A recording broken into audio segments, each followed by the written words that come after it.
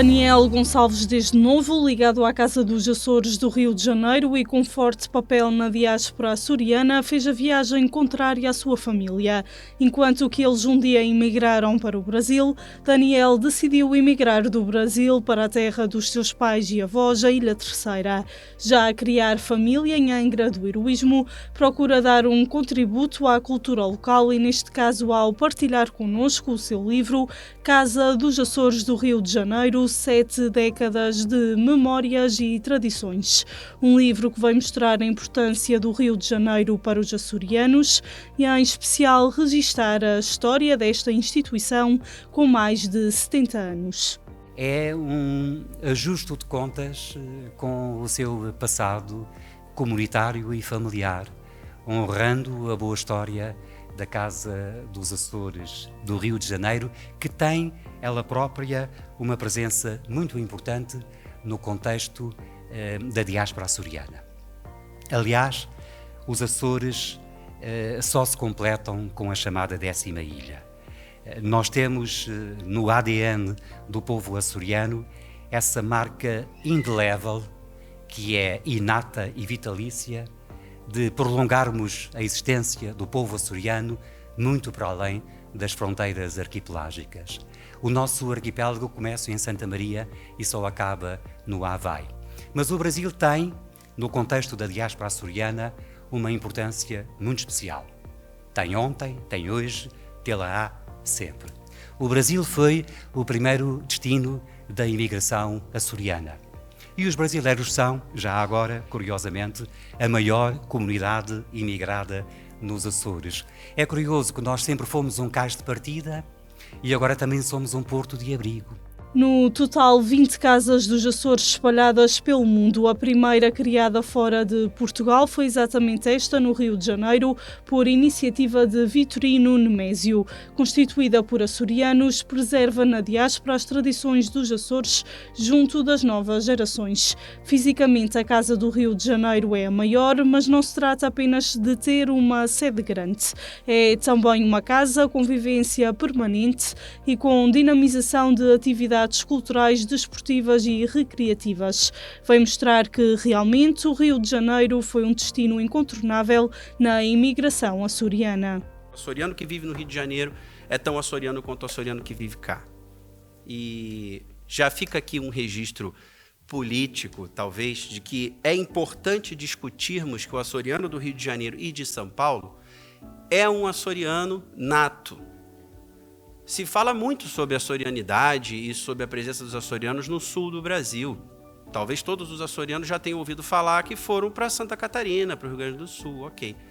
Para o Rio de Janeiro sempre foram, desde que o Brasil era uma colônia. Quando o Brasil era Portugal, nós não éramos Brasil, éramos Portugal. E já iam açorianos para lá, para o Rio, e de lá para outras partes do Brasil. Porém, o povo açoriano que fixou residência no Rio de Janeiro foi desde 1910, por aí. Eu discuto isso apenas na introdução do livro. Depois eu falo especificamente da casa. Mas era importante contextualizar. Esse açoriano que chega no Rio de Janeiro em 1910, 20, vai trabalhar com o que sabia fazer. O que o terceirense mais tem aqui em volta de nós? Vacas, não é? Então o açoriano, quando vai para o Rio de Janeiro, trabalha com o que sabe, vai trabalhar com vacas, vai criar estábulos no meio do centro da cidade, vai entregar leite de porta em porta, até 1930, 40, quando Getúlio Vargas decide, o presidente do Brasil, criar uma política de saúde pública e tirar as vacas, porque elas literalmente caminhavam e faziam o que tinham que fazer pelo meio da rua, enfim, e havia um surto de tuberculose, e o incentivo do governo, isso eu discuto na minha tese, depois se for publicada aqui, há conversas, vocês podem se interar sobre o assunto. Mas havia lá um interesse público de que o leite fosse ser produzido em Minas Gerais e cortaram o ganha-pão dos açorianos. Mas o nosso povo, por acaso, desiste de alguma coisa, em alguma instância, em qualquer lugar? Não. E não vai desistir também no Rio de Janeiro. Como ele sabia lidar com carnes e havia aquelas vacas todas sobrando, não é? Ele passa a trabalhar com talhos. Já haviam portugueses que trabalhavam com talhos continentais e o açoriano domina esse clã, domina esse nicho. Mais de 90%, e eu comprovo isso com dados historiográficos, 90% dos açougues no Rio de Janeiro, dos talhos, eram de açorianos. E a maioria deles terceirenses. Imensa maioria, esmagadora maioria. Também mais de 90%. Vindos da Ribeirinha, de Porto de Deus, de Santo Amaro, enfim, São Sebastião, mas principalmente da Ribeirinha.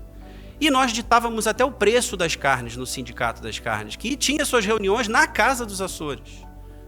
Então é muito particular o contato do açoriano com a cidade do Rio de Janeiro. É muito importante a presença açoriana no Rio de Janeiro. Não é uma presença portuguesa qualquer. Quando se fala em português no Rio de Janeiro, as pessoas pensam logo no padeiro que está com a canetinha aqui em cima da orelha. Não, não. O açoriano trabalhava com carnes, mas um dado curioso, que as minhas pesquisas também comprovaram. Quem fundou a Casa dos Açores, eram mais ou menos 20 homens, tinha só um açougueiro. Um. Eles eram de tudo. Alguns muito ricos, muito mesmo, ricos como eu nem consigo contabilizar, e outras pessoas normais, assim como nós, que tinham amor pela sua terra e se juntaram e conseguiram fazer uma casa espetacular. Muitos partiram para o Brasil, hoje muitos chegam à Ilha Terceira, tal como o Daniel, que fez dos Açores a sua nova casa, mas sem esquecer o Rio de Janeiro. Por isso mesmo encerra este capítulo da sua vida com um livro que reúne várias entrevistas a pessoas da casa para que a comunidade açoriana no Rio de Janeiro se sinta representada com o seu passado e história. O livro caminha para a segunda edição. Aquela viola não está ali por acaso. Essa história só foi escrita porque em um dado momento da minha vida eu não quis saber dos Açores. Em um dado momento da minha vida eu tinha os meus 18 anos, 17 para 18 anos, eu só queria saber de ir para a praia e ir para o samba. Era só o que eu queria fazer. E o meu avô queria que eu fosse para a Casa dos Açores. Ver muitos senhores a beber muita cerveja, não era pouca, era muita cerveja, e a ver num telão um touro amarrado de uma corda a andar de um lado para o outro. E eu, o que é isso, gente? E eu não via muita graça nisso. Até que um dia, por eu sempre gostar de música e tocar o meu violão, um primo meu me liga e diz assim: preciso da sua ajuda. Foi o Marcos Borba. Preciso da sua ajuda porque vem uma diretora regional assistir o nosso grupo folclórico e nós precisamos de um violonista, alguém que toque o violão. O grupo folclórico precisa de você. Eu falei, mas tem um monte de gente aí para tocar, qual o problema? Ele, um rapaz teve uma dor de barriga daquelas e não consegue tocar e a gente não vai conseguir se apresentar e precisamos de você. Eu falei, claro, para ajudar a família eu vou. E aí me enfiaram uma roupa de um açoriano do século XVIII, um belo chapéu enorme na cabeça, me deram uma viola daquela na mão e falaram, toca aí. E eu toquei. No fim da apresentação, a doutora Graça perguntou, por que uma casa tão antiga, um grupo folclórico tão espetacular, não tem uma viola da terra? Não tem ninguém que toque de fato esse instrumento. E aí o presidente da casa na época falou, mas é claro, esse rapaz acabou de estar no grupo folclórico, está super interessado na Casa dos Açores, ele vai tocar a viola. Eu falei, eu? De jeito nenhum. Não quero saber disso, quero lá saber de viola, de português, quero não saber nada disso e tudo. Aí ela, que pena, porque eu estava ali a oferecer um curso, a direção regional estava oferecendo um curso de viola, vai pagar a passagem, vai pagar a hospedagem, vai pagar tudo. Eu falei, claro que eu quero, é óbvio que eu quero. Quem é que disse que eu não quero? Você deve ter escutado mal. E ainda escolhi vir em agosto nas festas da praia. E aí, eu era adolescente, né, gente? Todos nós já passamos por essa fase. A gente acha que sabe muita coisa e a vida mostra que a gente ainda não sabe nada. E pronto, quando eu estive aqui, dessa vez, sozinho, porque vocês estão vendo só alguns dos meus tios. Tem a minha única tia par de mãe, que é a minha tia Rose, mas eu tenho aqui 4 com o tio Leonardo, 5 tios, mas somos 13 irmãos, né? São 13. Então, quando eu vinha para cá, era almoço na casa de um tio, jantar na casa de outro tio, almoço na casa de um tio, jantar... Então eu não via a Ilha Terceira, eu não conhecia nada. E aí eu vim sozinho, vim adulto, quase adulto. E aí comecei a me apaixonar por essa terra. Me apaixonei completamente pela cultura, pela música, pela gastronomia, por tudo. E eu não quis saber de ir embora daqui, era para ficar um tempo, acabei ficando mais. E fui ficando até quando deu. Depois a vida me fez voltar, e eu sempre com esse sonho. E aí eu quero agradecer a minha esposa que está ali com a minha filha a chorar. Que bom que a minha filha está aqui a chorar, porque é muito importante para mim que elas estejam.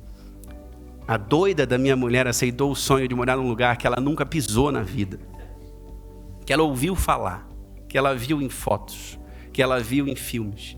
E ela, por me amar muito e confiar muito em mim, falou, vamos. E cá estamos.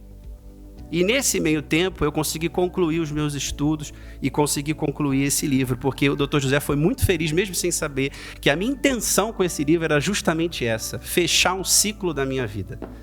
Criar um registro histórico do meu povo. Não havia. Se fala muito dos Açores no mundo todo. Em 1950, todo mundo fala dos açorianos nos Estados Unidos.